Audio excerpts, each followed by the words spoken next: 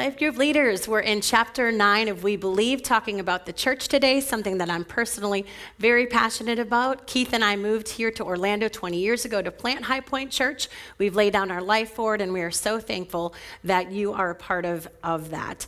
So thinking about the church, you might have read in your book that the majority of churchgoers, Christians, believe that they can follow Jesus without community or without other believers. And I'm so sorry to hear that, because that is actually not the case. Being a part of a church is vitally important.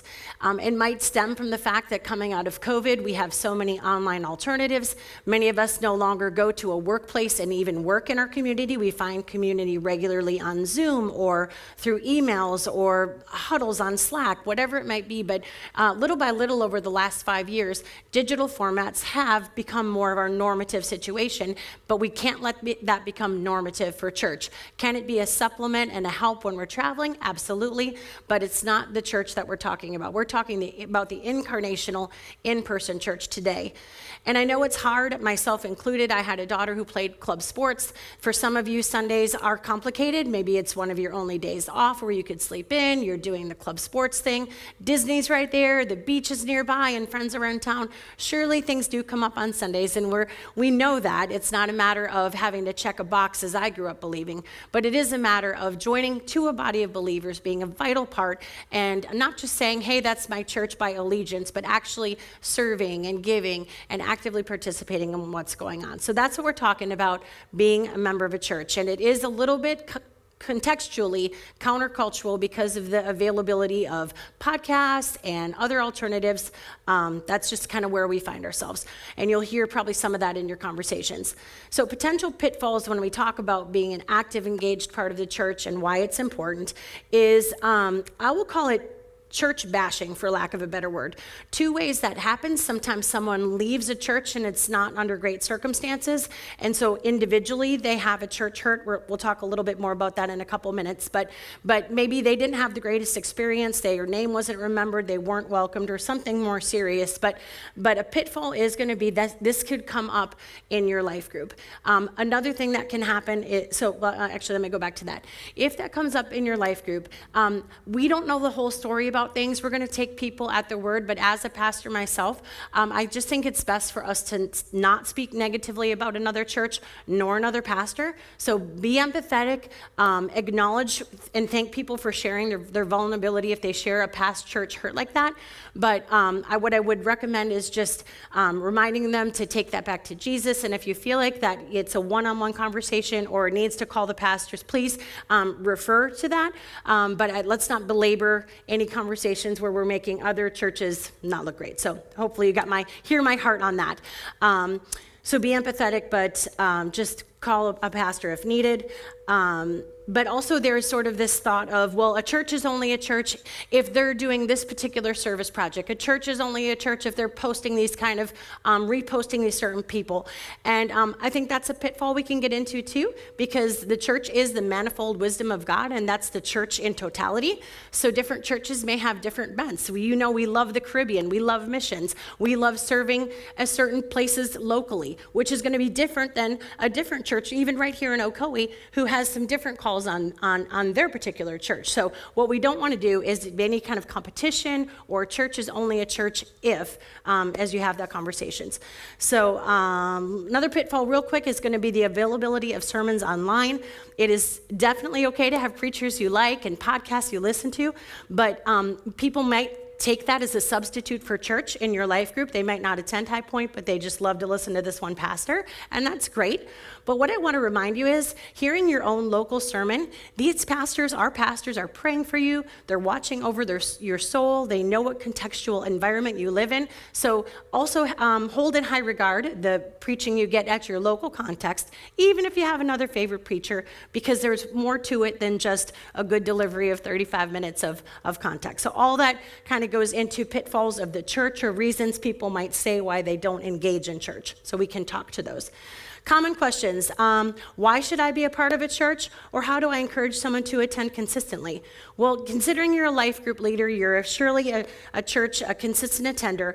But what I wanted to remind people is it's an invitation. It's not an obligation. You've heard many times now, it's not the gospel and or Jesus and. It's not Jesus and coming to church. Yes, be a part of a church, but remember, it's an invitation, not an obligation.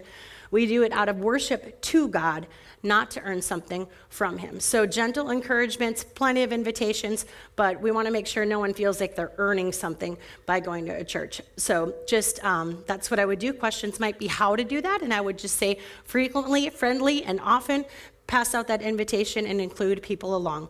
Sometimes it's the service projects that's going to be appealing. Sometimes it's going to be the community events, but either way, that's how we would do that. Difficult parts about the church. Like I mentioned before, sadly, there has been abuses in church. Sadly, tragically, people have been hurt by clergy. That may come up, and if that does, please be empathetic in the moment. Please pray for the person if needed, and then would you please refer that on to one of our pastors so we can make sure and follow up on that. But remember that Jesus did die for the church, and it's made up of people who are imperfect, and even in our imperfections, he died for this very church.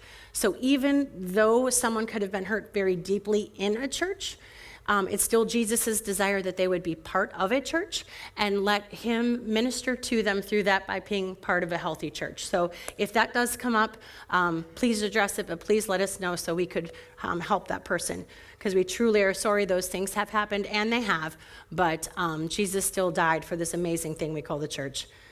Outside of orthodoxy, places we don't want to go. When we hear about the universal church, which was mentioned in our book, the universal church is church over time and over locations, but it isn't places that aren't preaching the gospel of Jesus. So when we talk about local churches or the universal Catholic little c church that you'll find in creeds, that is speaking of those who are Christ-centered, gospel-preaching churches. So just because something says church on it, just because somebody has a 501c3 online and they sound great, doesn't mean it's for sure a universal church. So be listening for the gospel and that Jesus is at the center. If someone has an idea or a place they're attending that isn't what we call the church, even when we think of it universally. There's no one perfect church, so we have had a couple people who've gone off to campuses and they've been reached by campus ministries. Come to find out, then they attend that church that's with that campus ministry, and that church wants them to get baptized specifically in their church and their denomination, that their baptism didn't count where they had it before. So just keep in mind that there isn't one perfect church with one particular baptism or denomination you get baptized into. We're baptized into the body of Christ through his death, burial, and resurrection. So we're watching out for things where only one certain church is the only church. We are not in competition with others. The more churches, the better. There are a lot of souls to be reached. We believe it says in the book of Acts that people are added to a church. You might remember when you went to new members class, you heard Keith say, our job as pastors is to find the place where God's adding you.